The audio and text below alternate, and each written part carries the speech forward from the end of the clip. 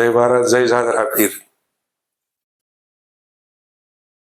આપા જાદરાના પુસ્તકની અંદર આગળના પ્રકરણમાં મેપા ભગતને બોલાવવામાં આવ્યા।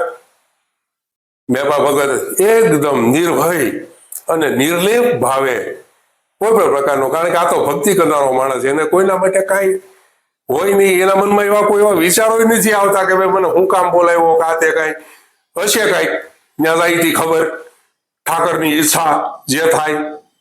ધીમે ધીમે ધીમે ડગલા માંડતા આપા મેપા આ બધો ડાયરો જે બેઠો છે, પંચ બેઠું છે, મહાજન બેઠું છે, એ બધાની વચ્ચે હવને જય શ્રી કૃષ્ણ કર્યા અને બે હાથ જોડીને ઉભા રહ્યા। બાપા, આપે મને બોલાવ્યો, કાંઈ મારું કામકાજ હોય તો કયો, મને તો કાંઈ ખબર નથી।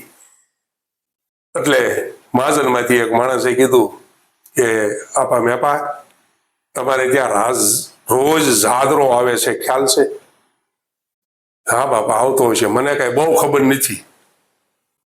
અરે કે ભગત ત્યાં આવે છે અને પાછો તમારી વંડીએથી પાછો વળી જાય છે, અને તમને ખબર નથી બાપા, મારું ક્યારેક ધ્યાન હોય ને ક્યારેક ન હોય, અને ત્યાં આવે તો શું છે, શું લઈ જાય એવી કઈ સંપત્તિ ત્યાં ઉછાળા મારે છે, કાંઈ છે નહીં, બહુ તો કદાચ લૂંટફાટ કરે તો મારા ઘરમાંથી રામસાગર અને મંજીરા થોડા ઘણા કદાચ ભગવા એક બે કપડા ધોળા એક બે નીકળે, બાકી તો કઈ છે નહીં, કાસા ઘડેલા ઠામડા કઈ લઈ જાય નહીં।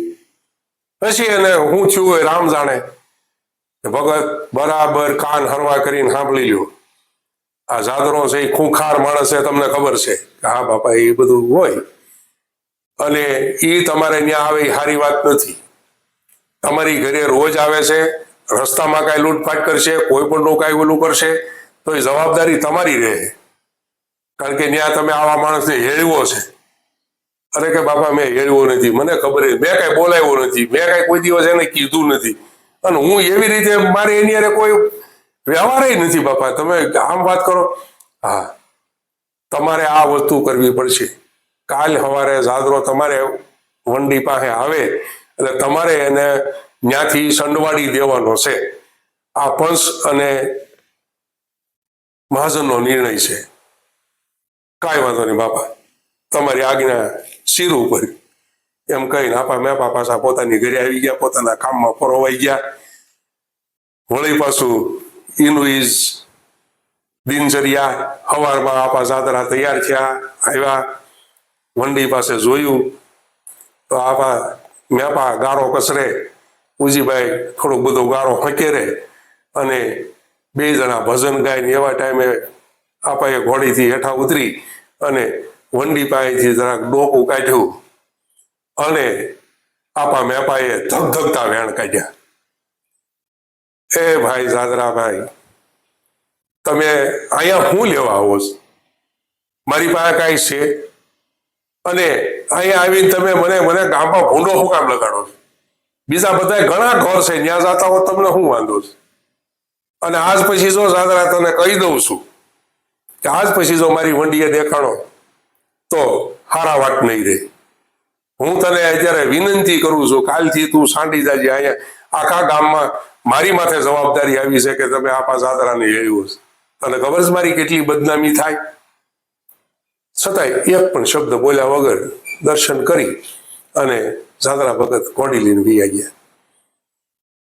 બીજે દિવસે જાદરાએ નક્કી કર્યું કે સવારમાં વહેલો જાઓ એટલે લોકોને બધી આ શંકાઓ પડે છે, થોડોક દિવસ ચડે પછી જાઓ એટલે કોઈ ખોટી એવી શંકા ન પડે ને અંધારું ન હોય, માણસોની થોડીક અવર જવર હોય તો કંઈક એમાં ફેર પડે। વળી બીજે દિવસે સવારે વંડીના સાજા પાસે ઉભા રહીને ખબર પડી ગઈ, કૂતરા ભહ્યા, ઘોડીના ડાબલાનો અવાજ આવ્યો, મેપા ભગતને ખબર પડી કે હજી જાદરો તો પાછો આવ્યો। એટલે જેવા ઘોડીથી નીચે ઉતર્યા અને વંડીમાં ડોકું કાઢે, ફળિયામાં કોઈ નહીં, આખું ફળિયું ખાલી, ખાલી ગારો પલાળેલો પડેલો, વાસણ એમને પડેલા। એટલે હવે દર્શન ન થાય ત્યાં સુધી તો આનથી જવાય નહીં, એટલે બીજી બાજુ જરાક આંટો માર્યો, ત્યાંથી ડોકું કાઢ્યું તો ત્યાં પણ મેપા ભગત દેખાણા નહીં। ખડકી પાસે આવ્યા, ત્યાં અંદરથી મેપા ભગતે ખડકી ખોલી અને જાદરા તને ના નથી પાડી, તને કોઈ શરમ જેવી છે? તું કાઠીનો દીકરો છો, એ તો તું જો. તારે સોમાન જેવું કઈ નહીં. કાઠીનો દીકરાને એકવાર કદાચ કવેર બોલી ગયો હોય તો ઊભો વેતરી નાખે, એના બદલે તને કઈ આ કુંભારી કરે ધક્કા ખાવ. આ હું તને ગાંડપ સડી સજી બધી ન કહેવાના શબ્દો કીધા. હાથમાં ગાળાનો પીંડો હતો, જોરથી આપા જાદરાના મોઢા માથે ફટકાર્યો. આખું મોઢું ગારો ગારો ગારો થઈ ગયું. માથામાંથી પાણીના રગડા હાલવા મીડ્યા ને બધું એવું કુરૂપ બધું. આપા જાદરાએ જોયું, કાંઈ વાંધો નહીં, એક શબ્દ ન બોલ્યા અને પાછા પોતાની ઘોડી ઉપર બેહવા જાય ત્યાં આપા મેપાએ પાછો મોટા બીજા પીંડાનો ઘા કર્યો કે હજી સાંડતો નથી, તને કઈ લાજ શરમ જેવી ચીજ નથી. હવે આવે ને તો હું મારી મારીને પાડી દઈશ તને. એક શબ્દ નહીં, કોઈ ઉચ્ચાર નહીં, કાંઈ જ નહીં, જવાબ જ નહીં. ઘોડી ઉપર બેસીને મેલા ગયેલા કપડા થઈ ગયેલા ને એ મોટું લઈને પાછા આપા દાદરા સોનગઢ આવ્યા. ત્રીજે દિવસે ચોથે દિવસે બરાબર અષાઢી બીજ આવી અને અષાઢી બીજના દિવસે આપા મેપાને ત્યાં ભજન સત્સંગ થાય અને રામાપીરનો પાઠ મંડાણેલો. આપા જાદરાને એમ જો કે આજ ભજન સાંભળવા જાવ. અટાણ સુધી તો બીજું કઈ, જયારે હું ગેરમાર્ગે હતો ત્યારે લોકોની શીશુ ફફડાટ સાંભળ્યા છે, અત્યારે ગાયું સાંભળું છું. ભજન તો કોઈ દી સાંભળ્યા નથી. હાલ્યા જાઓ મારે ભજન સાંભળવા. મનમાં દ્રઢ સંકલ્પ કરી અને આપા જાદરા નીકળે છે અને રાતનો ગજર ભાંગ્યો. 11 સાડા 11 વાગ્યે આપા જાદરા છે એ આપા મેપાના ઘર પાસે પહોંચે અને અષાઢ મહિનો, અષાઢી બીજ અને મેઘ મંડાણેલો, ચારે બાજુ નકરી વરસાદ વરસાદ વરસાદ અને ઈ ટાઢા છાંટા. અને અહીંયા સાધુ સંતો મહંતો અને અલગ અલગ જગ્યાએથી આવેલા ભજનીકો અને ભજનની બધી જમાવટ હાલે. આખું આધ્યાત્મિક વાતાવરણ આપા મેપાના વળિયામાં ઊભું થઈ ગયેલું. જે કોઈને ઓથ મળે એ પ્રમાણે વરસાદથી બચીને ભજન સાંભળે. અને આપા જાદરાથી તો ત્યાં જવાય નહીં, કારણ કે એને હાવ તિરસ્કાર કરેલો અને ક્યાં જવું. એટલે વંડીના પાછળના ભાગમાં વંડીને છેડે બેઠા બેઠા સાંભળે ભજન. માથે વરસાદ પડે, કપડા ભીના થઈ ગયેલા, માથામાંથી પાણી પડે, આખું શરીર ભીંજાઈ ગયેલું. અને પછી તો એવી ટાઢ સડી કે આખું શરીર ધ્રુજે અને મોઢાની ડાકલી બોલે, દાંતની ટક ટક ટક ટક ટક અવાજ આવે. એમાં થોડીક વાર થઈને એકાદો માણસ કંઈક બહાર નીકળ્યો અને આ ડાકલી સાંભળી ગયો. ટક ટક ટક ટક અવાજ એનો આવે છે એટલે એને આમ ટપાર્યો, કોણ છે?